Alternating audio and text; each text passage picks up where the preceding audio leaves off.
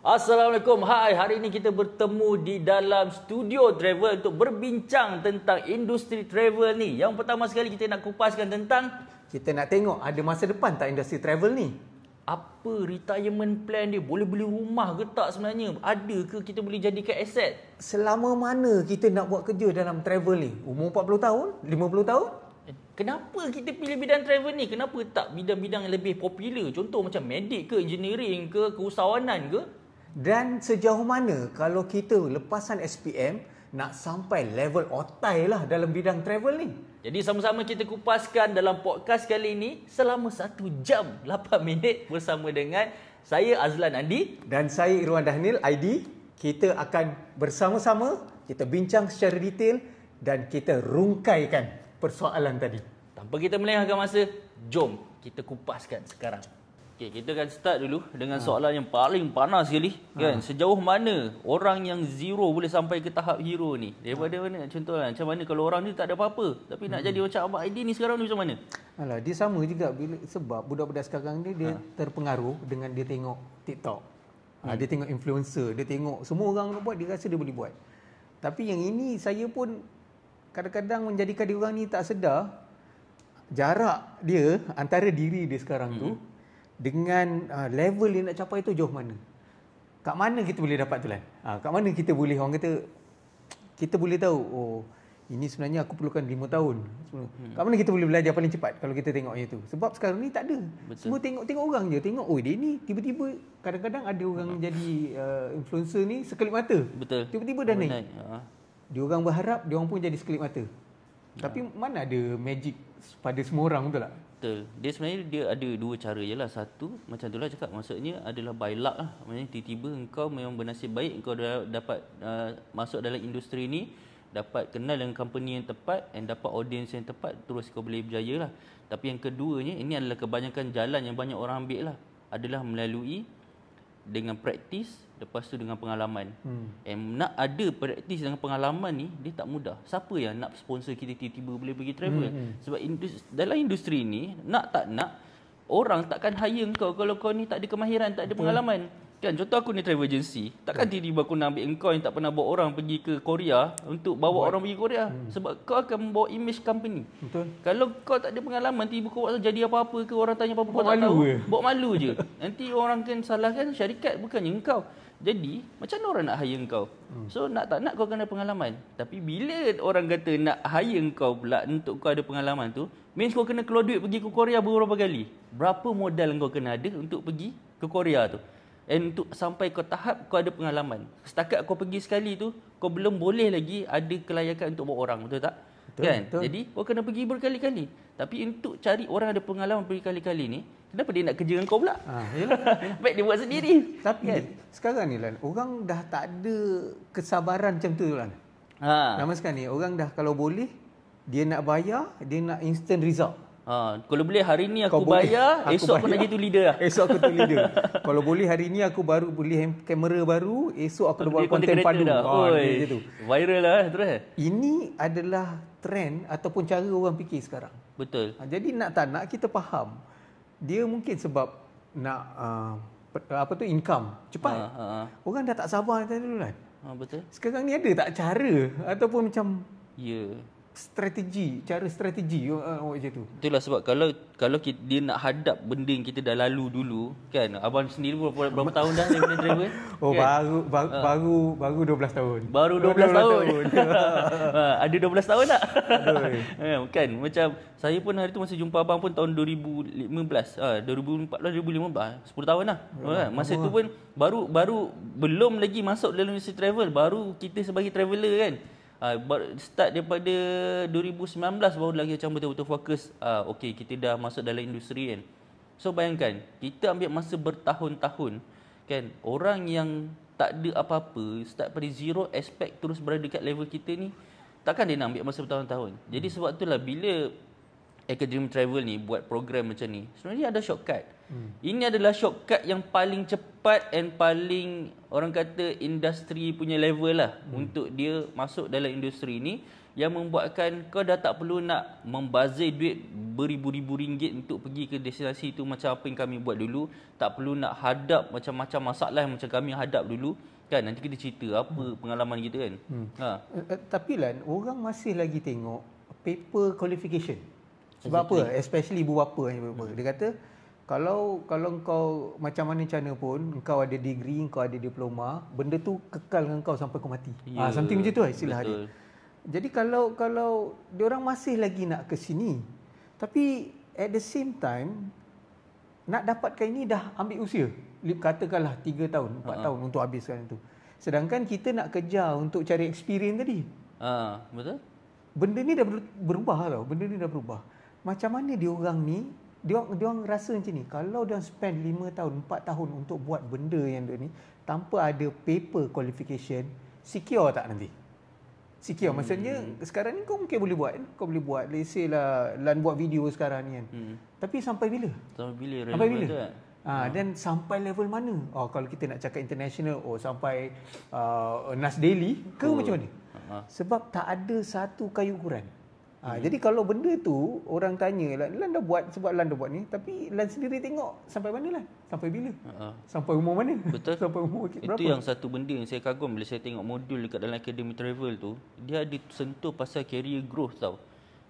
Macam kita pun, kita buat ni adalah selagi ada demand kita buat lah kan. Betul. Tapi rupanya sebenarnya dalam industri ni dia dah ada dia punya SOP, dia dah ada dia punya guideline, dia punya industri punya segmentation tau, yang kita boleh go through. Kita ambil contoh mudah untuk sebagai seorang tour leader lah cerita kan. Tour leader ni sebenarnya kat dalam Malaysia ni under Motec tak ada kan, dia tak ada akta khas kata kau kena ada lesen sebagai tour leader. Di mana kata siapa-siapa pun boleh jadi tour leader. Betul kan? Jadi kita anggaplah tu sebagai tu level pertama lah. Senang cerita, habis program Academy Travel, kau memang busuk-busuk pun kau akan jadi tour leader lah. Paling minimum lah. Starting lah, betul kan? Maksudnya habis program kau terus boleh jadi tour leader tanpa perlu kau risau dah. Itu memang dah secure lah, confirm. Kan? Lepas jadi tour leader apa? Lepas jadi tour leader, mungkin kau boleh dapat dah lesen tour guide. So kau dah ada qualification untuk bawa orang, kau ada qualification untuk cerita pasal satu fakta tentang satu negara, satu tempat tu. Okay, kemudian next ni pula kau dah ada credibility dah untuk start kau punya agency sendiri. So bila kau dah ada pengalaman, dah boleh bawa orang apa semua kan, so kau dah boleh, mungkin startingnya jadi ground provider kan. Lepas tu barulah kau boleh ada lesen pula untuk buat ticketing. So dah boleh keluarkan tiket, dah boleh handle ground, dah boleh handle package kan. Lepas tu ambil under consortium ke apa semua. So benda ni dia ada level-level yang kita tak tahu kalau kita bukan dalam industri ni. Dulu kita ingatkan ni jadi tour leader je. Sebenarnya tak. Dalam satu travel agency sendiri dia pun ada banyak department dia tau. Ini baru cerita pasal tour leader. Belum lagi kalau kita masuk industri lain, contoh industri pelancongan pendidikan, kebudayaan, kesihatan, pertanian kan. So benda tu banyak. Hospitality lagi. Kan even dalam contoh dalam trip kita kan, kita ada transportation, penginapan, attraction. So benda ni semua ada segmen dia, ada dia punya industri sendiri. Semua cakap, benda ni luas. Sangat luas. Kenapa jadi ramai yang pergi sambung belajar untuk paper degree atau paper qualification tadi, dia tak tahu tentang benda ni. Itu jadi dia. Bila dia masuk industri, dia hanya fikir untuk mungkin management punya level lah kan. What went wrong? Apa sebenarnya, kenapa dia orang tak tahu tentang benda ni dan kenapa benda ni tidak diisi? Itu yang saya nampak sebenarnya. Bila kita pergi ke industri punya, even kalau kita jumpalah orang-orang otai yang dah lama dalam industri kan, satu masalah dia masih lagi guna modul yang lama atau old school punya tau. Sedangkan dunia kita dah berubah, zaman dah moden, teknologi dah makin maju, and industri pelancongan ni sendiri pun dia dah evolve tau. Lagi-lagi lepas COVID ni.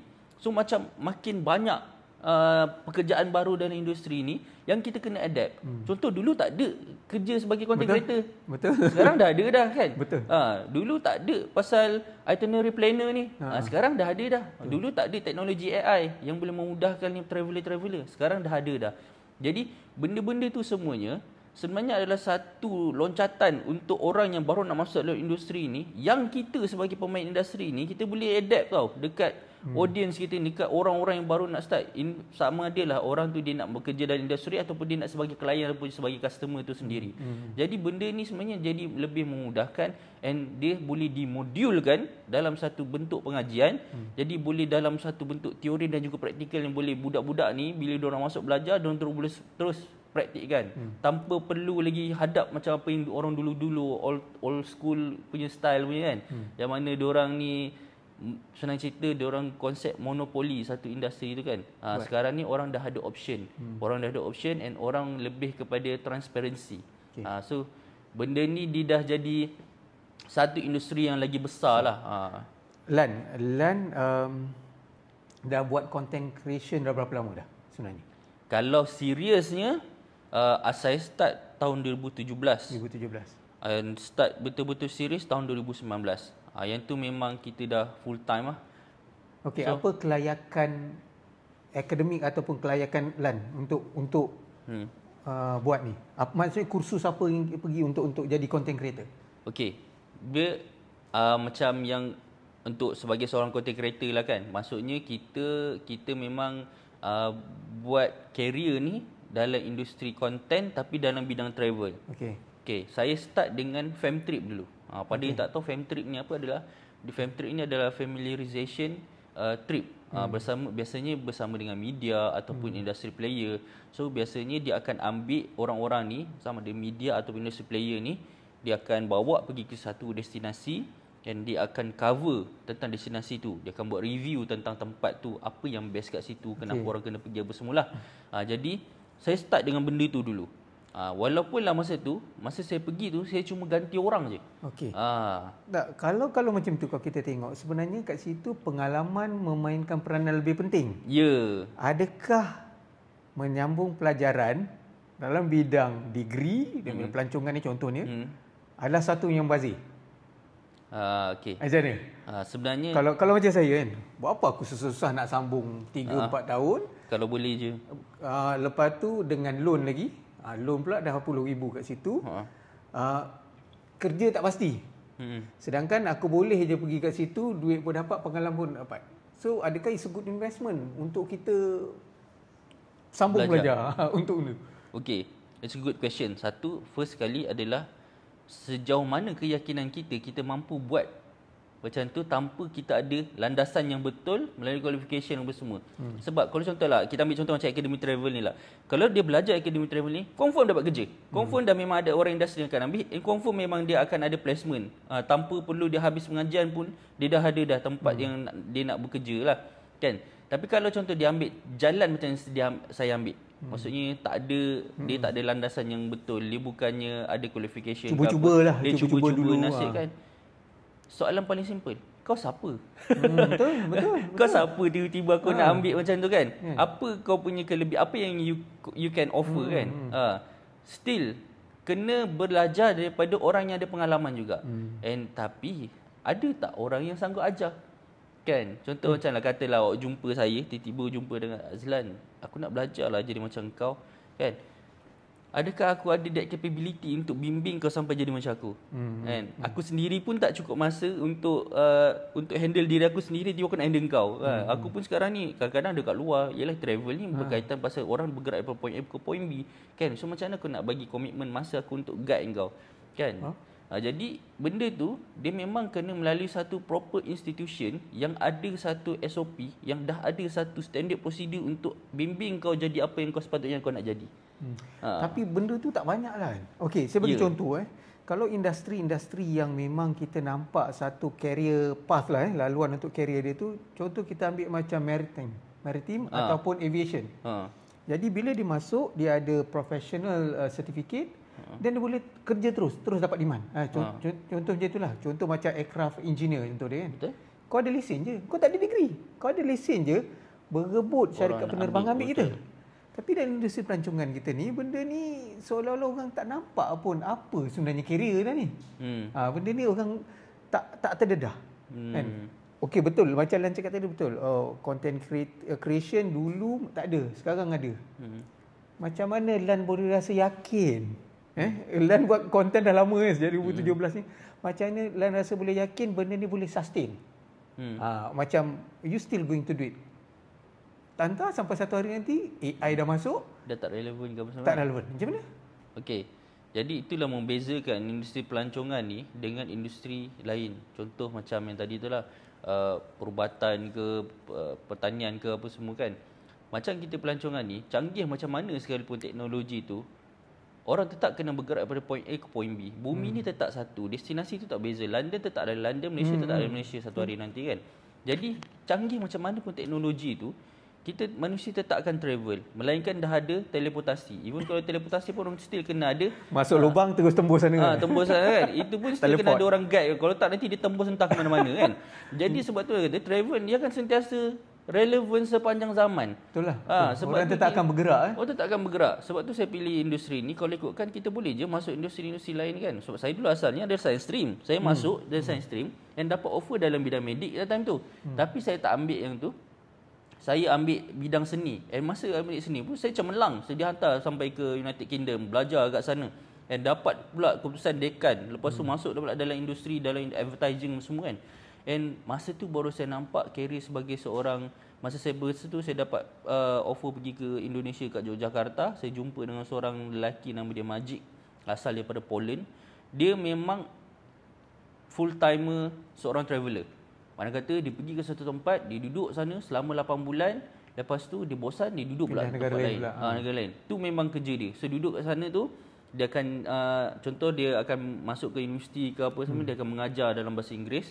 Kemudian dia dah bosan, dia pindah lagi tempat lain. Jadi memang kerja dia dah secara nomad. Aku nak tambah kan. Aku rasa itu something yang menarik tau. Sebab bila Lan keluar, Lan jumpa siapa nama dia? Jacob macam biskut lah nama. Apa nama dia? Majid. Yang jumpa dekat Majid. Majid kan. daripada Poland. Okay. Saya keluar kalau cerita, saya sangat benda tu sangat relevan dengan saya punya experience sebab saya mungkin keluar pada usia saya yang dah lebih tua tau. Saya bukan umur 12 macam sekarang lah. Budak-budak sekarang lepas sekolah, lepas universiti semua nak travel sendiri semua ni kan. Sebab tapi saya zaman dulu-dulu saya hanya dapat keluar pada umur saya 33 tahun. Saya baru start tengok dunia. Baru tengok.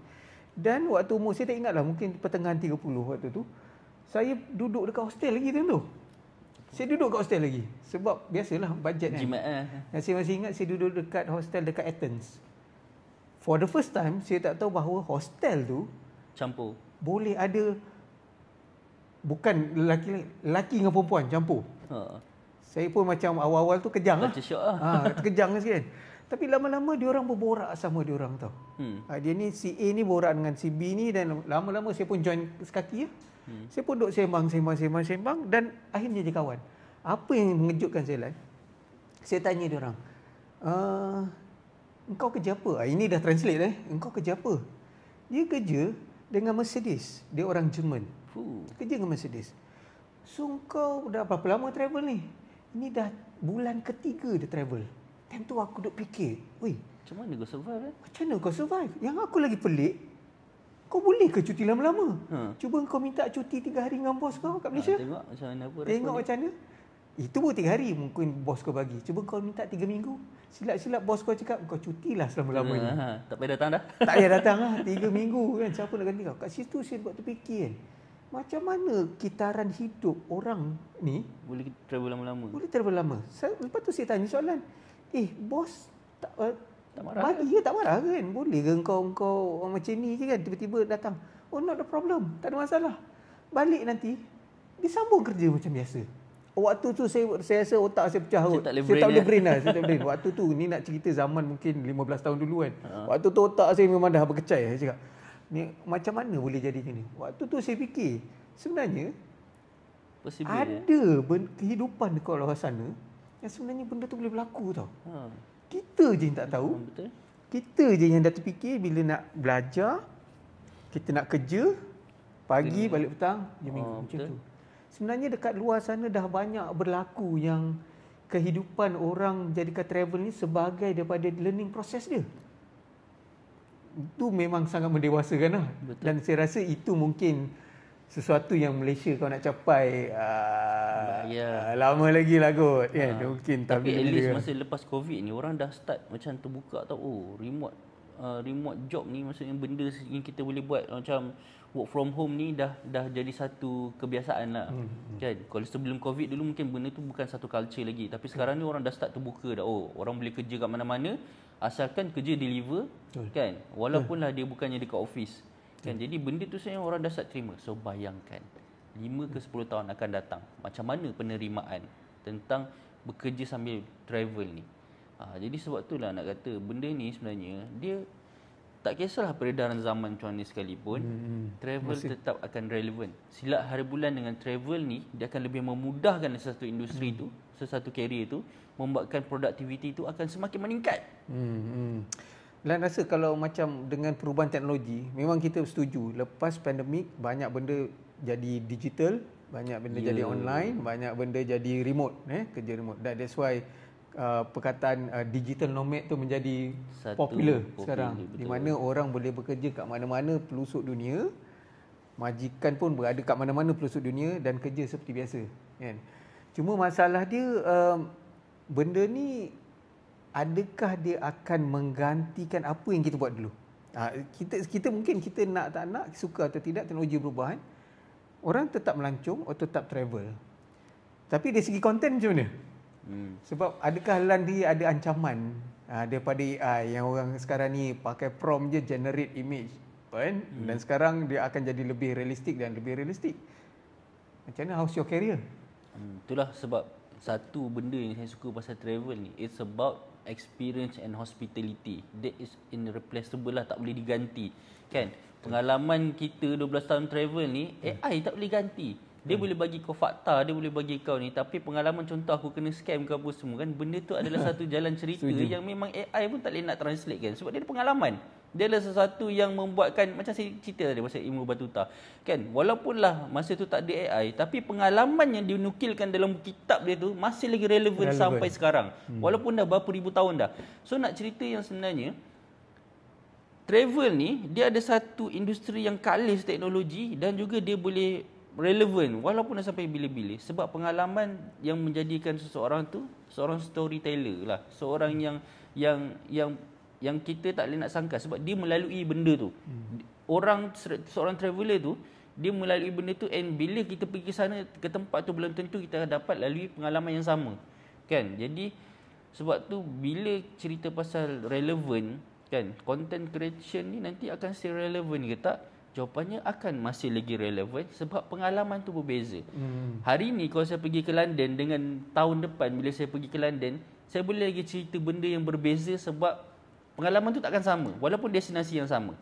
So itu sebenarnya adalah satu content.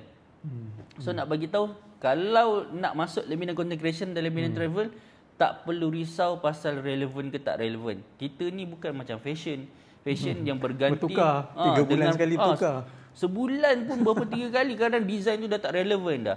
Sama juga dengan skincare. Makin lama makin banyak skincare yang baru keluar, kan. Orang yang pasal beauty influencer kan, kadang dia pun tak boleh nak catch up dengan dia pun makin tua semua kan.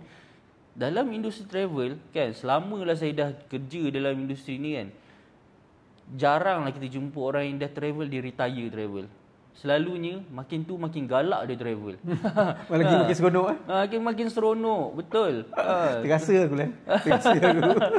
Kan selalunya kalau kita jumpa orang yang dah biasa travel ni, kalau 10 tahun akan datang kita jumpa dia masih lagi dalam industri tu. Jarang kita dengar orang yang travel ni dia pension travel. In fact orang yang dia pension lagi banyak travel. Betul. Kan? Tu yang membuatkan sebenarnya seronoklah berada dalam industri ni kan. Saya tengok macam ni kan, kalau kita nak katakan teknologi ni dia akan menggantikan pengalaman tu, sebenarnya tak. Dia dah bukan macam 10-15 tahun dulu. Sebab waktu dulu bukan tentang experience ataupun pengalaman kita tu, tapi tentang destinasi. Betul. Kau pernah pergi Eiffel Tower tak, Paris? Oh dahsyat kau pernah pergi. Itu je. Jadi sembang dia habis di level tu. Tapi zaman sekarang ni kita dah lebih fokus, bukan kita dah tak fokus kepada destinasi. Nak pergi Eiffel Tower semua orang boleh. Kau beli tiket dekat Skyscanner, Kau sampai airport, kau naik Uber, Grab lah lebih kurang naik Uber, sampai Eiffel Tower. Settle. Jadi dia punya level tu dah lain dah. Dia dah bertukar jadi apa kau buat kat Eiffel Tower. Apa kau rasa, apa kau nampak, apa kau dengar, apa kau bau. Itu semua orang akan merasai benda yang berbeza. Betul. Dan bagi saya personally lah, walaupun saya konten saya pun tak berapa okey sangat, tapi saya rasa konten akan tetap relevan. Setiap orang akan sentiasa merasa, dengar, lihat benda yang berbeza. Kau boleh pergi, kita boleh pergi sama-sama, kita pergi Eiffel Tower, sama-sama, hari yang sama, jam yang sama, perjalanan yang sama. Tapi balik, Lan akan buat konten yang lain. Betul. Saya akan ada buat konten yang lain. Itu sisi yang berbeza. Jadi saya rasa benda ni dari segi career, dari kembara, dia tidak berbeza, maknanya dia tidak mati. Betul. Tetapi dia berubah daripada satu keadaan kepada satu keadaan. Betul. Dan sama juga kalau macam kita tour leader. Kenapa nak pakai tour leader? Ataupun travel agency lah. Kita tengok sekarang travel agency cakap, oh tak payah travel agency, kita buat DIY kan. DIY. Okey. Sebab apa DIY? Flight aku beli sendiri. Hotel aku boleh booking sendiri. Taxi aku boleh ambil sendiri. Semua aku boleh buat sendiri. Apa yang tak boleh buat? Sebenarnya adalah orang yang berpengalaman untuk manage tempat tu. Supaya apa? Supaya kau tak buang masa sesat jalan. Betul. Supaya kau tak tersalah makan benda yang tak halal. Betul. Supaya kau tak membazir duit untuk bayar benda yang tak perlu. Betul. Supaya nak elak kau punya scam. Mesti kau pernah kena scam dulu kan? Pernah kena scam. So itu tugas tour leader yang tak boleh diganti dengan teknologi. Yang tak boleh diganti dengan hanya Google. Ataupun tanya ChatGPT. Tak ada jawapan dia. Betul. Benda ni kena ada human intervention, manusia yang kena buat, yang takkan boleh ganti. Aku rasa benda tu berbeza. Jadi ramai orang kata macam industri ni dah mati ataupun dah tak ada career prospect. Saya punya pandangan, dia bukan tak ada, dia cuma berubah fungsi. Betul. Content tetap related, memang ada, dia memang tetap berkaitan. Cuma tools yang kita nak pakai mungkin berbeza. Sekarang kau pakai kamera, kau pakai editor macam ni. Tapi mungkin kau akan menguasai AI untuk generate lebih baik. Betul. So bila abang cakap macam tu kan, saya teringat masa COVID hari tu, saya pernah dapat satu offer daripada satu agensi kerajaan untuk buat virtual tour. Virtual tour ni maksudnya saya pergi ke sana, tapi orang yang nak pergi melancong tu dia kat rumah dia. Online. Seolah-olah dia ikut kita. Dia pakai VR. Oh, okey. Dia pakai device tu VR. So bayangkan benda ni, katalah kita pergi umrah kan. Ibu-ibu, ayah-ayah kita dah tak larat nak jalan, tak boleh nak pergi umrah kan. Tapi dia boleh rasa seolah-olah dia pergi umrah dengan kita. So bila dia pakai VR tu, dia nampak apa yang kita nampak. Kita bertawaf tu dia ikut sekali kan. Dia dapat rasa kan. Bila kita berdoa depan multazam tu kan, dia pun rasa macam seolah kita berada kat sana. Dia nampak apa yang tu leader tu nampak. Baik kan, ini benda ni belum berlaku lagi tau. Tapi benda ni possible tak untuk berlaku? Possible. Kan, jadi ini adalah contoh evolvement dalam segi travel yang masa akan datang yang mungkin akan berlaku. So nak kata walaupunlah in the future ada tools ataupun method yang baru untuk travel, kita still boleh adapt and kita still masih lagi relevant walaupun masa tu dah canggih macam tu sekali. Setuju. Dia sebenarnya bukan menggantikan, sebab takkan ada boleh menggantikan daripada the real experience. Takkan ada, takkan sama. Cuma dari segi perwakilan dia lah. Kita kata kan, dulu mungkin tools orang tools dia. Apa yang kita pakai, apa yang kita tengok, benda tu je yang berubah. But pengalaman manusia itu adalah paling susah sekali untuk kita gantikan. Kalau kita cakap AI pun sekarang kita boleh train kan, boleh ajar. It's not that easy. Dia tak semudah itu. Mungkin atas setengah logik boleh. Kau jadi A buat B, itu mungkin boleh. Tetapi bila soal feeling, kita nak cakap tempat tu cantik kan. Contohlah nak cakap tempat tu cantik gila, kita akan ada exhaustive words tau. Ayat yang aku dah tak tahu nak cakap macam mana bunyi cantik dia. Balik-balik kita akan ulang cantik. Pakai konten video, kita boleh buat visual. Orang bila kita sebut cantik, orang boleh membayangkan nampak dalam macam video ni kan. Mungkin VR ataupun teknologi akan datang mendekatkan lagi benda tu. Betul. Perkataan dia membawa satu pentafsiran yang cantik. Aku punya style cantik mungkin tak sama dengan kau. Kan? Sebab mungkin saya punya cantik, saya dah pergi tempat yang lebih cantik kan. Lan punya cantik, mungkin Lan pergi tempat yang berbeza. Jadi takrifan cantik kita tu tak dapat diwakilkan dengan tepat. Tetapi dimasakkan apa? Teknologi boleh. Bukan hanya macam Lan cerita tu, hanya VR. Saya dah baca sekarang orang dah boleh sentuh. Dia boleh sentuh. Okey, macam mana benda dia rasa macam tu. Benda je. Macam ni dia buat tu, of course teknologi teknologi dia boleh menghasilkan. Jadi yang membezakan travel ni sebenarnya kita punya panca indera. Kita punya deria kita. Setiap orang ada yang tak sama kan. Itu menjadikan benda tu saya rasa dia takkan kita boleh describe. Aku describe ni sebiji macam tu lah kau boleh dapat. Dia takkan sama lah dia akan datang. Sebab tu lah contoh macam baru-baru ni saya bawa trip pergi ke Morocco kan. Pergi ke sana mungkin sebenarnya ada ramai dah orang bawa trip pergi ke sana. Tapi kenapa bila saya bawa baru-baru ni orang punya feeling tu, dia punya rasa seronok tu berbeza sebabkan pengalaman yang dia alami kat sana memori yang kita buat sepanjang kita travel sama-sama. Macam orang bercinta lah kan. Perasaan cinta tu hanya hadir apabila kita sendiri dapat rasanya antara dua orang tu kan. Ayat dia puitis lah tu. Macam mana kau nak replicate perasaan tu kalau kau tak alami sendiri? Macam kita makan lah. Kita kata kita nampak makanan tu, kita makan, kita rasa sedap tu. Benda tu tak boleh kita nak gambarkan dengan kata-kata. Tapi kan kalau kita yang ada kat sana, kita dah makan benda tu, baru kita tahu betapa nikmatnya masakan tu. Betapa nikmatnya makanan tu. Dan benda tu hanya kita boleh dapat rasai kalau kita dah pergi travel ke tempat tu. So siapa yang rasa ragu-ragu lagi lah macam nak masuk ke tak dalam industri ni, rasa macam relevan ke tak relevan ke kan, apa lagi yang menghalang anda? Lan ada penyesalan tak? Lan punya background apa? Animation kan. Lan dulu science stream. Lan ada penyesalan tak? Lan tak memilih bidang sains. Contoh Lan cakap ada dapat tawaran untuk medik kan, perubatan. Ada satu penyesalan tak Lan terlibat dalam industri animation ataupun content creation dalam travel ni? Ada satu bentuk menyesal ke tak jadi doktor dulu? Sebenarnya saya menyesal tak start awal dulu. Kenapalah saya nak masuk dulu dalam bidang ni, nak belajar ni. Kalau lah saya tahu kan bidang travel ni lah akhirnya adalah jalan arah tujunya kan, kenapa tak buat benda tu je daripada awal? Kenapa kita mesti nak bazir masa belajar bertahun-tahun benda yang bukan kita nak buat pun? Jadi benda tu sebenarnya kalau siapa yang belum start dah ada kesedaran awal ni, baiklah korang consider siap-siap. Sebab to be honest, saya dah jumpa berapa ramai dah manusia dekat luar sana yang dah ambil bidang yang dia belajar, dia tak buat pun benda tu. Doktor ni lagilah ramai. Dah belajar 6 tahun, dah last tak nak jadi doktor. Dah belajar susah. Belajar susah, kena bayar berjuta mahal tau. Kena bayar mahal. Lepas tu lalas tak jadi buat benda tu. Ada yang pergi jual kerepek lah kan. Lepas daripada 6 tahun pengajian, rasa dia tak boleh nak carry jadi seorang doktor. Lepas tu dia buat benda lain. Masa tu baru nak start dah terlambat. So sama juga kita pun sendiri pun. Kita bukan belajar dalam bidang travel, tapi kita ambil bidang lain, and then kita rasa macam this is not the right thing for me untuk aku buat as a career untuk jangka masa panjang. And akhirnya kita buat benda travel ni. So what if now you have the option, kau boleh masuk akademi travel, belajar dengan betul dan melalui orang industri dengan tepat dari awal lagi, dan terus boleh masuk bekerja tanpa perlu habiskan pengajian sampai bertahun-tahun lamanya. 18 bulan je kau dah boleh dapat work based learning, instead kena hantar ke luar negara lagi. Nikmat apakah yang kau dustakan? Betul. Dia mungkin macam ni lah. Kita boleh bayangkan bila kita spend 18 bulan tu, kita tahu apa yang kita akan dapat. Satu dia of course pengalaman.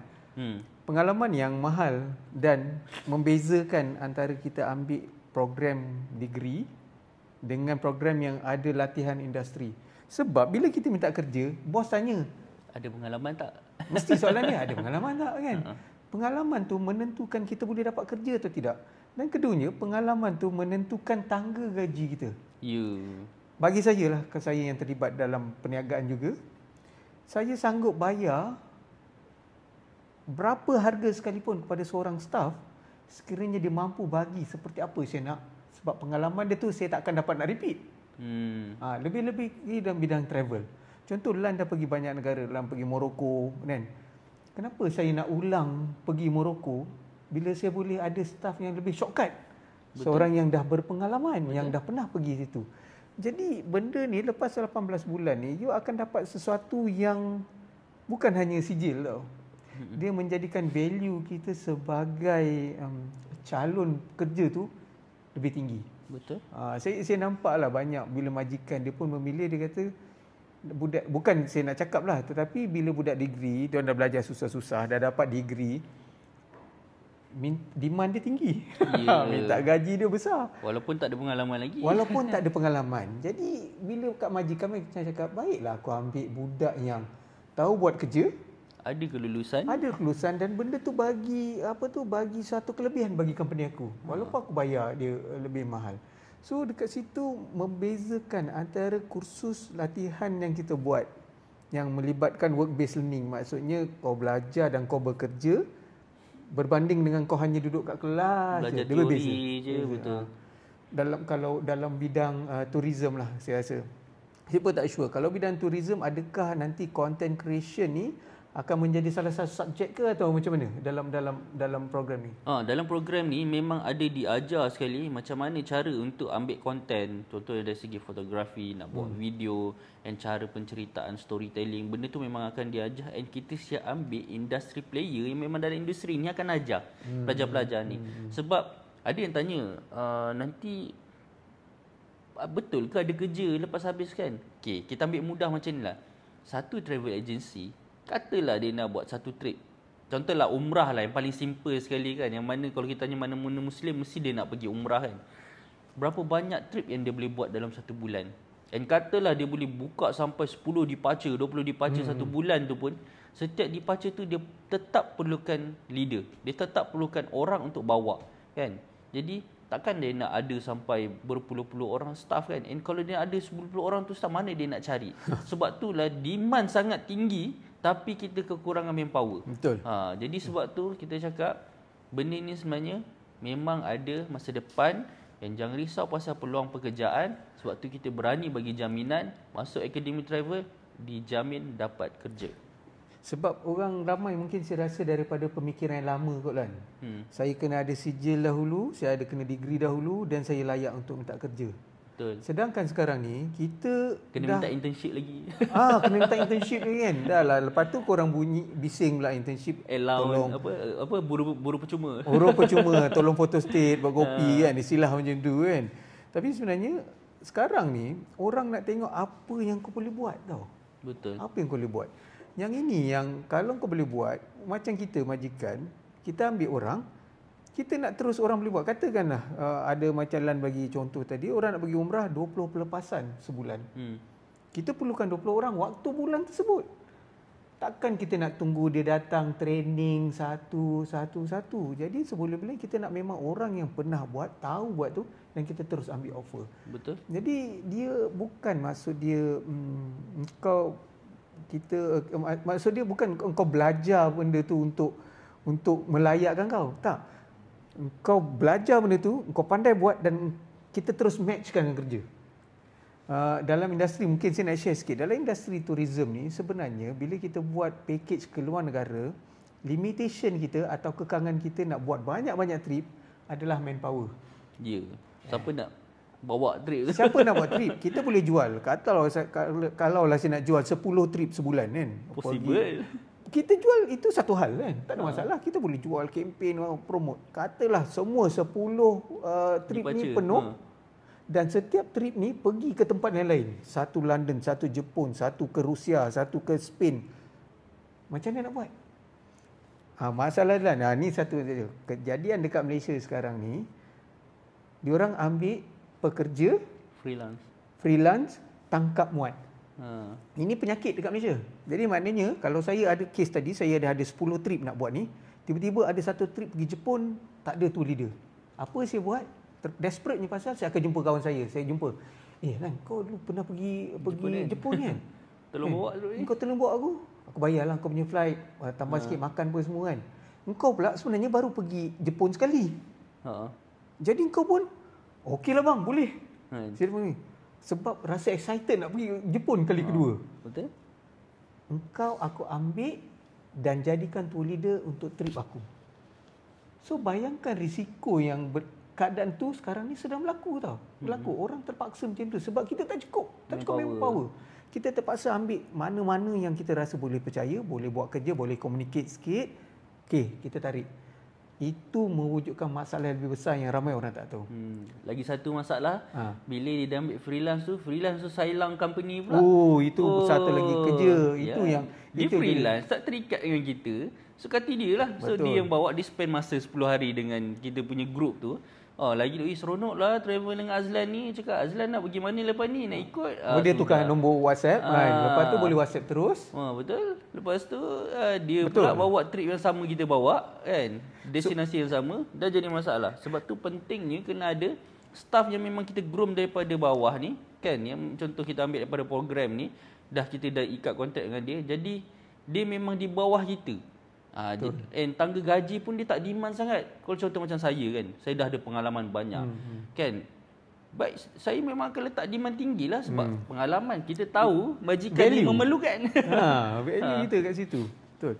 Betul Lan, bila Lan cerita sailang tadi kan, itu dah jadi semakin kesan yang lebih buruk tadi. Lebih buruk. Sebab bila dia buat trip sendiri, dia rasa dia dah pergi, dia dah tahu tempat tu, dia pun boleh buat sendiri. Sekarang ni ada social media, dia buat iklan sikit, dia post dekat social media, pun orang pun ramai lah nak pergi dengan dia. Dia pancing apa? Harga murah. Harga lebih murah. Dia tunjuklah video-video dulu pernah apa semua, pengalaman dia tunjukkan semua. Orang pun percaya. Masalah ini ada satu masalah besar yang juga melibatkan undang-undang. Dia buat secara haram. Tak ada lesen. Tak ada lesen. Jadi matlamat tak menghalalkan cara. Walaupun kau ada pengalaman, tapi apa tindakan kau menawarkan khidmat pelancongan buat keluarga, itu adalah satu kesalahan di dalam undang-undang negara. Betul. Ini mushrooming ataupun dah jadi sangat serius. Sangat serius. Masih berlaku. Kita boleh tengok berapa ramai. Betul. DIY beza DIY beza. DIY ni orang kata DIY ni sama. DIY buat sendiri. Aku study sendiri, aku tengok costing dekat mana aku nak pergi, aku susun itinerary, aku beli sendiri, aku pergi sendiri, tak ada isu. Ataupun aku bawa anak bini aku ataupun kawan-kawan aku, tak ada isu. Tapi bila dia buat secara terbuka, open trip. Sebab sampai satu masa dia tak ada pilihan. Mula-mula dia cakap, alah ni saya buat suka-suka je ni. Saya buat DIY dengan kawan-kawan. Sampai satu masa dia dah tak ada kawan-kawan dah nak pergi dengan dia. Sebab berapa ramai kawan kita ada kan. Betul. Dia nak pergi lagi trip tu, dia terpaksa buka kepada orang lain. Kat situlah bermulanya mother of all the problem. Bila undang-undang dia dah langgar, betul, kesan daripada apa-apa berlaku dalam trip ini orang ramai tak tahu. Sebab orang nampak trip semua yang cantik-cantik je lah dekat social media yang kau kan, OOTD kau, video kau cantik. Yang banyak belakang benda yang berlaku yang kau tak tahu. Saya bagi contoh, kami di Iceland, ini dah cerita berapa tahun lepas, saya tak ingat kami di Iceland pada jam dan pada siang ni kami pergi ke plane ride, kapal terbang plane ride kan. Kami pergi jalan kat situ. Waktu dulu tak ada shuttle tau, sekarang dah ada shuttle bus bawa ke situ. Kami berjalan kaki 4 km ke sana dan 4 km patah balik. Waktu pergi semua sihat tau lah. Sampai kami balik hotel malam tu 11:30 malam, tiba-tiba guest telefon, Heidi, dada kakak sakit lah. Ya Allah, waktu tu pukul 11 malam. Mana nak cari hospital? Ni dekat Iceland tau, bukan ni dekat tengah bandar. Mana nak cari? Time tu saya dah pening sikit kan. Tak apalah, saya Google dan alhamdulillah waktu tu kita naik kenderaan. Kalau kita naik bas ke, kita naik train ke, tak ada servis malam tu macam mana? Allah mudahkan, saya pun duk cari-cari dan saya jumpa hospital tu, kedudukan kat map kan, hospital. Tapi gelap gelita. Saya tunggu kat situ, tunggu 5 minit. Ni dah betul hospital, betul kat map ni hospital, tapi kenapa macam dah kena tinggal? Tiba-tiba kan, polis datang depan kami. Dia tanya, apa masalah? Kenapa you berhenti kat sini? Kami tengok polis tu pun dia dah usah kita lama. Kenapa duduk kat sini? Lepas tu saya cakap lah kat situ, saya ada emergency, saya nak pergi cari hospital. Jadi polis kat depan, escort bawa sampai ke hospital. Bayangkanlah berapa ramai orang nak uruskan keadaan kecemasan itu. Ini orang tak nampak. Orang kata kita travel seronok, tapi kena ingat waktu kita buat trip, yang tak seronok tu adalah beban kita. Betul. Yang ini macam banyaklah ada kejadian dia. Itu saya bagi tentang soal kesihatan. Betul. Tentang keselamatan. hilang rompak pasport, rompak, ini biasa berlaku. Kena pickpocket kan. Dan benda yang sekecil-kecil dia lah. Makan halal haram. Dia akan tanya kita, Lan pergi Morocco? Tak payah pergi Morocco. Kita cakaplah pergi Rusia. Rusia. Kita cakaplah pergi Jepun. Lan, tak boleh nak baca Lan. Semua tulisan ni tak boleh baca kan. Ni halal tak Lan? Dia tanya kita macam kita ni mufti nak tahu halal haram. Jadi kalau kita tak ada pengetahuan yang cukup, sampai ke ibadah orang juga akan affected.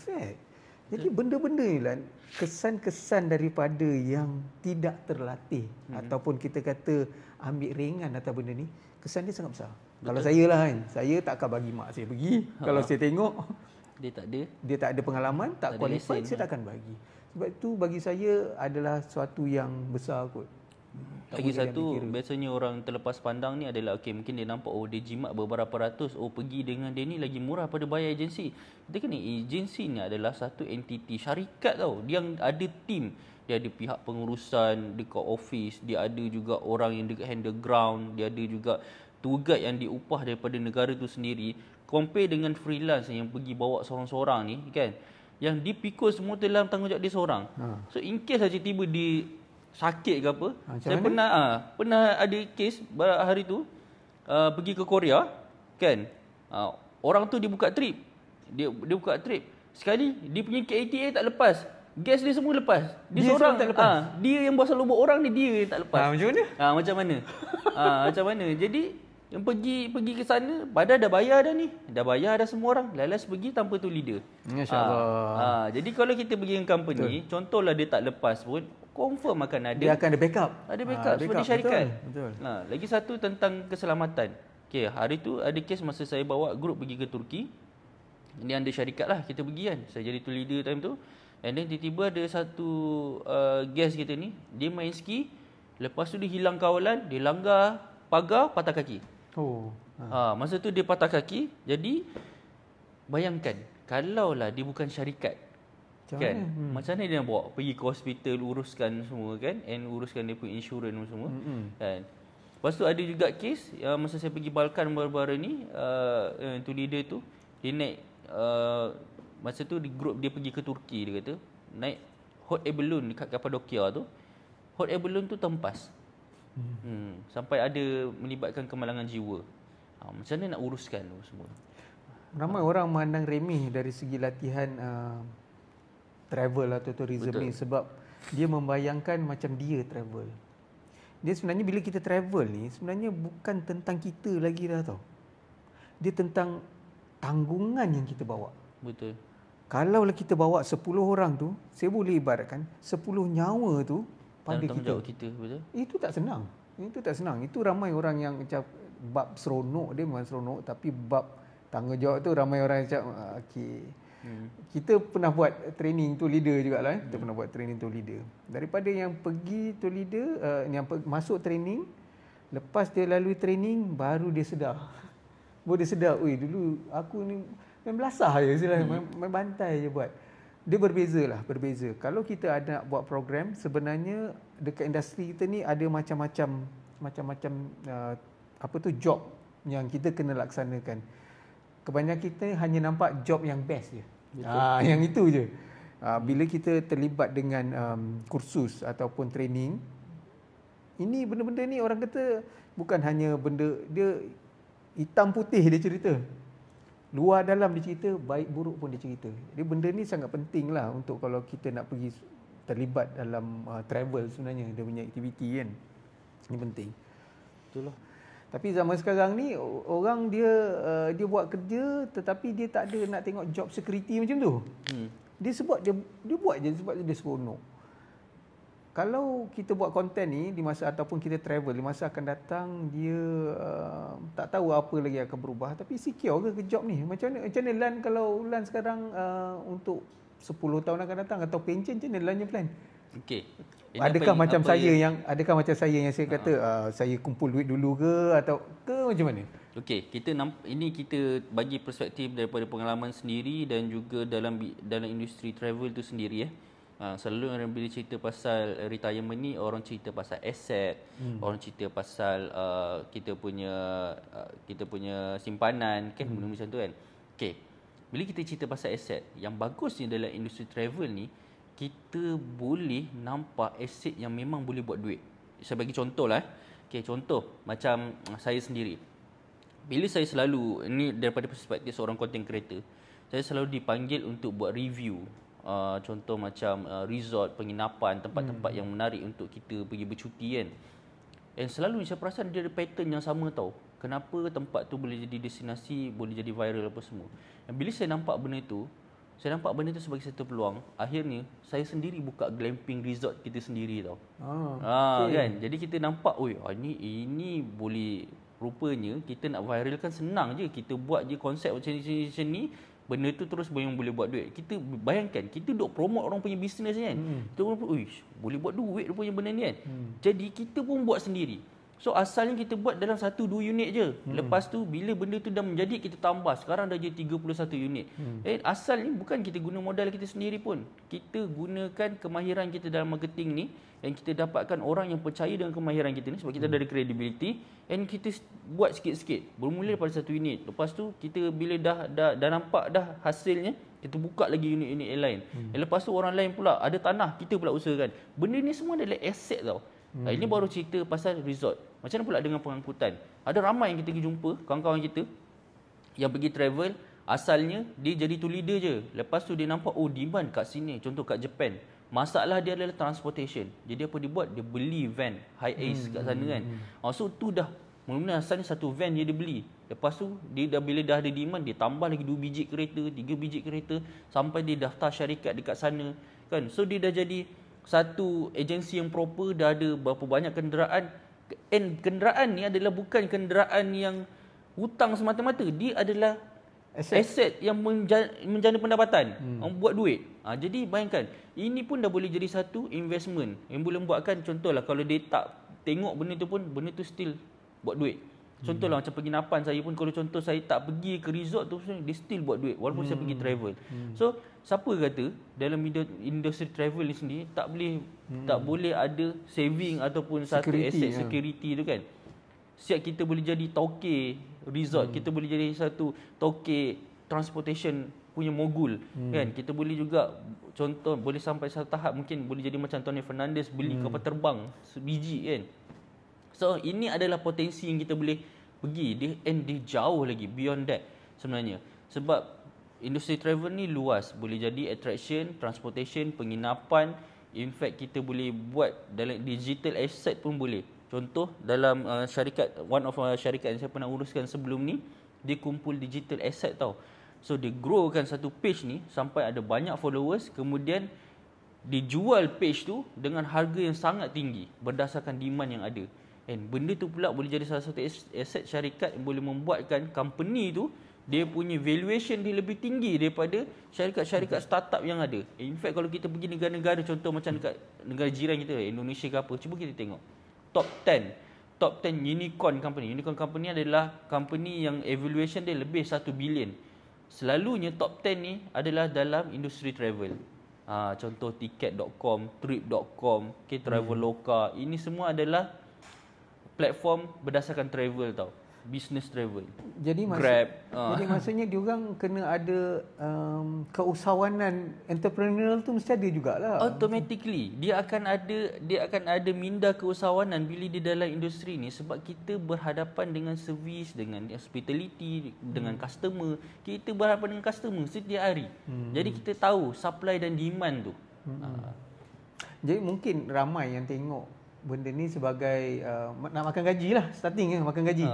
Jadi kalau starting makan gaji sebenarnya tak ada salah pun. Okey je sebagai starting point. So, untuk memahami industri, nak tahu siapa player dia apa semua. Dia sampai satu masa dia terdetik sendiri ke, atau macam ini satu peluang. Contoh macam pergi kan, kita dah pergi resort tu baru terfikir, ini aku pun boleh buat macam ni. Benda tu akan sampai saat itu ke, atau kita kena cari benda tu? Sebab tu kita cakap tadi masa mula-mula kan, kita ada cerita pasal modul yang diterapkan dalam Academy Travel ni, kita ada cerita pasal career growth kan. So dekat dalam modul tu sendiri kita dah bagi nampak dah hala tuju kau sebenarnya nanti nak pergi ke mana. Dan kita bukan saja tunjukkan kau hala tuju tu, kita ada case study. Kita ada industry player, orang yang dah memang dalam industri tu, dia akan ajar sekali tunjuk macam mana dia buat. So kita yang bekerja daripada bawah ni, yang start daripada seorang tu leader ni, kita boleh nampak dah direction kita. Kita nak pergi ke arah mana. Adakah kita minat kita lebih kepada ground? Adakah minat kita lebih kepada transportation? Adakah minat kita kepada digital? So benda-benda ni semua dah ada direction yang kita boleh gerak daripada awal. Kita dah boleh plan dah. 5 tahun akan datang aku nak ada di tahap yang ni. 3 tahun akan datang. Sama lah macam orang bekerja sekalipun. Asalnya mungkin sebagai seorang kerani, kemudian naik sebagai supervisor, kemudian naik kepada seorang manager, jadi branch manager kan, jadi agency owner pula kan. So dia ada tangga-tangga dia yang kita boleh nampak dah tu, yang inilah yang kita belajar dalam teori yang kita belajar selama 18 bulan tu. Jadi kita dah ada direction dah. Dia bukannya sekadar kita bismillahirrahmanirrahim, apa yang aku dapat, ada peluang aku grab. Tidak. Dia sebenarnya ada sesuatu yang kita dah rancang daripada awal. Yang bagusnya sebab benda ni kita titik beratkan dia walaupun budak tu baru lepas SPM. Jadi bukanlah contoh kau dah tua bangka ke baru kau nampak benda ni. Tidak. Kita memang ajar dia dalam betul kan, sebab saya nampak dia pattern dia macam ni tau. Kebanyakan orang dia lepas belajar dia akan cari kerja dulu. Bila dah nak tua bangka sikit baru dia fikir nak bisnes. Betul. Baru dia fikir bisnes. Sedangkan bisnes ni dia adalah suatu kematangan yang lain tau. Betul. Kita makan gaji, kita boleh excellent makan gaji. Tapi betul, saya ada baca satu dekat social media. Dia kata kalau kau rasa kau terror sangat, cuba kau berniaga. Jadi kesilapan orang, dia rasa selepas dia semakin senior, dia akan, waktu tu dia akan ceburi perniagaan. Sedangkan bila kita nak berniaga ni, kita dah daripada awal ni, kita dah benda tu dah kena start dah. Tak payahlah besar-besar kan. Ambil yang kecil-kecil dulu. Ambil setakat mana ikut kemampuan kita. Yang itu saya rasa something yang perlu diterapkan daripada awal lagi. Sebab kalau dia tidak terapkan daripada awal, dia lose opportunity. Contoh dia, kita pergi ke satu negara. Tanpa kita study negara tersebut, tanpa kita tahu tentang negara tersebut, kita main pergi je. Balik, baru kita nak fikir. Tapi kalau kita dah tengok, kita dah study dulu, kita dah ada expectation. Kat sana nanti ni orang kata makanan dia paling sedap. Dah tahu dah. Dah tahu dah. Berapa banyak makanan ni orang kata luar negara yang sebenarnya ada kat Malaysia ni. Betul. Semua datang daripada tu. Semua datang daripada tu. Jadi entrepreneurial ataupun jiwa keusahawanan ni, daripada training lagi pun kita sebenarnya dah terapkan. Supaya engkau bukan hanya tengok nak makan gaji saja, tapi beyond that, mana kau boleh berdiri sendiri dan ini menjadi kau punya aset di masa akan datang. Dia benda ni perlu dirancang lah. Kebanyakan orang tak rancang, sebab itu dia tak nampak. Okay, lepas ni jadi apa? Lepas ni jadi apa? Sebenarnya dia ada banyak lagi peluang yang rasa tidak diteroka ataupun orang simply tak tahu tentang benda tu. Betul. Bila mungkin asalnya mula daripada satu destinasi. Contohlah kita start dengan mungkin trip pergi ke Indonesia je dulu. Ataupun pergi ke Thailand je. Kan, yang mana melalui jalan darat. Lepas tu kita dah ada keyakinan, lepas tu kita buka pula trip yang ikut jalan udara pula, naik flight 3 hari 2 malam, ada penginapan. Lepas tu kita ambil pula yang boleh sampai 10 hari. Kan kita dah mula Asia je dulu. Lepas tu kita masuk pula market Eropah. Faham tak? Dia punya growth dia tu, dia boleh semakin berkembang ikutkan kemampuan kita bila kita sampai mana level kita. Jadi kita jangan terlalu jumut fikir macam aku just bawa orang je, aku just pergi bawa orang and fokus pada satu destinasi. Tidak. Dia lebih daripada itu dan dia boleh jadi satu perniagaan yang boleh diwarisi. Contoh kita kan, saya ada jumpa kawan saya yang memang daripada ayah dengan atuk dia lagi dia dah uruskan perniagaan untuk umrah ni sendiri. Ayah dulu buat bisnes umrah, lepas tu dia pass kepada anak dia sekarang ni, and anak dia pula sambung. Lepas tu dah aset pun makin banyak, cawangan pun makin banyak. So benda tu ada possibility untuk boleh diwariskan.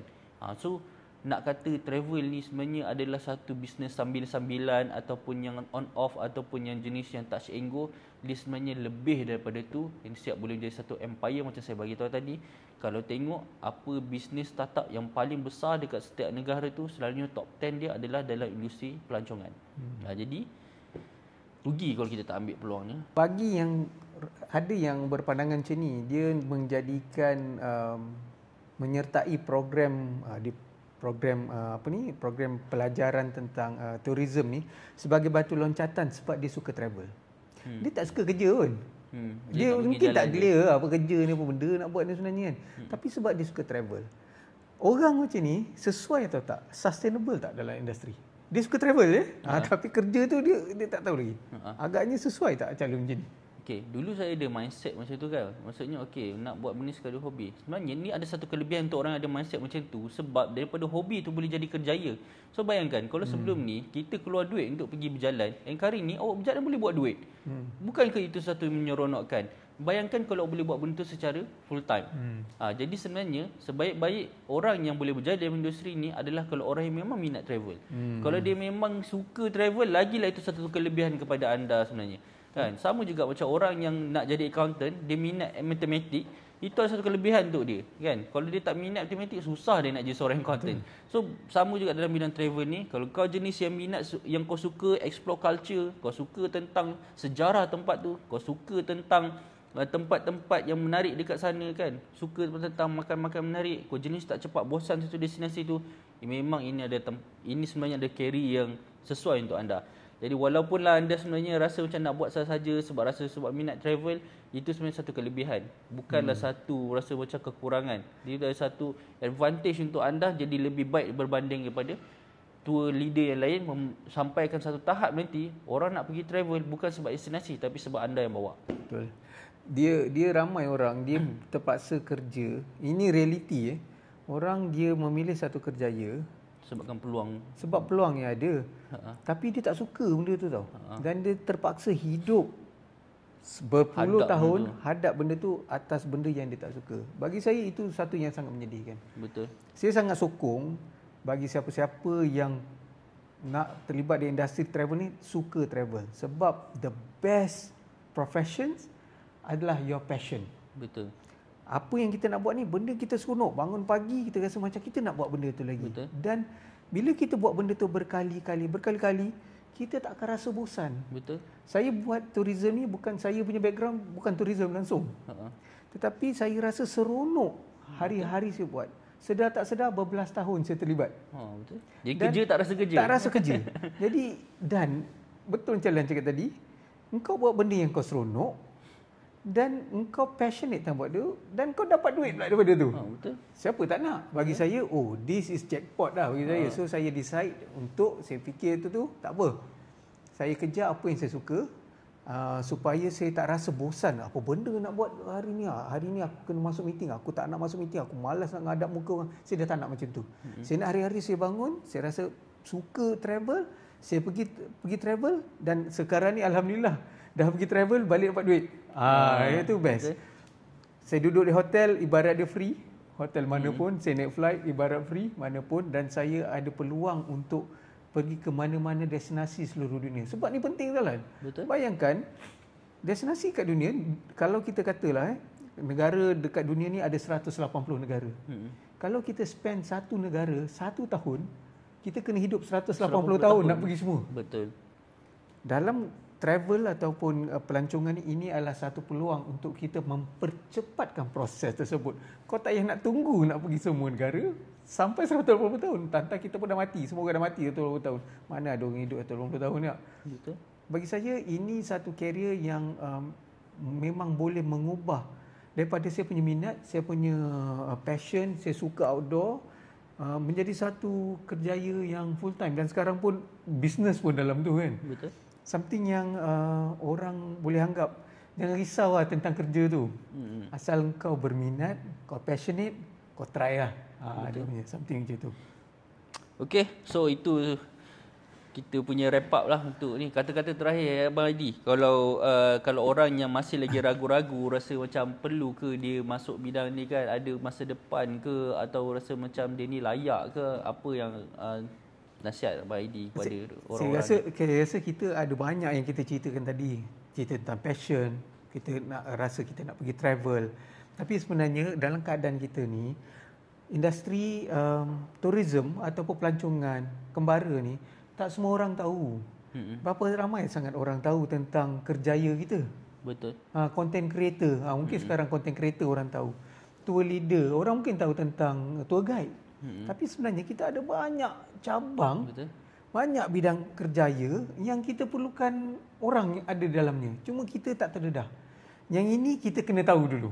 Supaya kita tahu bila kita nak terlibat dalam suatu kerjaya, kita dah tahu bidang apa kita boleh ceburi, apa skill yang diperlukan dan juga apa benda tu sesuai tak dengan kita. Yang ini kita banyak buat sharing session. Buat sharing session secara online ataupun face to face. Join. Bila orang ada buat sesi, okey kita nak cerita tentang kerjaya, tentang tourism, libat, datang. Kadang-kadang kebanyakan sesi tu pun percuma je. Betul. Keduanya kena banyak bercakap lah dengan orang yang dah banyak dalam terlibat. Industri, ya. Kan? Jangan tanya orang yang tak tahu. Saya bagi contoh. Kalau nak tahu tentang travel content creator, boleh tanya Lan. Orang yang memang terlibat. Kalau kita tanya mak kita kerja kerajaan dah 30 tahun, 35 tahun. Dia tak boleh nak. Dia tak dapat nak explain. Jadi kita kena pilih dengan siapa kita tanya. Orang tu ada pengalaman atau tidak, dia ada background dia macam mana. Tanya pada orang yang betul. Jadi nasihat saya bagi orang yang nak ceburi, kita kena banyak libatkan diri kita, banyak bertanya dengan orang dalam industri. Baru kita dapat jawapan yang kita balik, baru kita boleh fikir secara matang lah. Itu saya nasihat pada siapa-siapa yang berminat nak join. Kalau saya pula, nasihat saya adalah at the end of the day kita kena buat sesuatu dalam hidup ni. Dan pilihan kita ni akan menentukan kita siapa di masa akan datang dan apa yang kita akan buat di masa akan datang. Dan ingat, kerjaya ni adalah untuk satu tempoh masa yang panjang.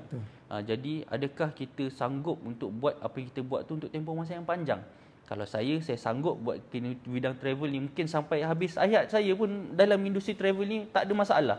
Tapi adakah kalau contoh anda pilih bidang lain, contoh sebagai seorang doktor ke dalam medik ke, seorang engineer ke, seorang lawyer ke, sanggup tak anda hadap benda tu untuk 10-20 tahun akan datang? Jadi fikirkan tentang masa depan anda, tentang apa yang anda minat, sebab at the end of the day mental and juga health anda sangat penting, sebab anda yang kena hadap benda tu, bukan orang lain tahu, bukan orang lain yang akan menghadap apa yang anda nak kena hadap hari-hari ni. Jadi choose your struggle, choose your career wise, sebab benda ni mungkin peluang ni tak akan datang selalu. Anggaplah benda ni macam opportunity. Cuba ulang, opportunity. Opportunity adalah ibaratkan buih yang dia pop up sekilap mata je. Peluang ni ibaratkan buih. Jadi kalau dia dah pop up hilang macam tu je, anda mungkin lepas tengok video ni, lepas tu anda dah kembali dengan rutin harian anda, mungkin anda lupa dah. Sedangkan kalau anda tengok video ni kemudian ambil tindakan, dia boleh mengubah masa depan anda.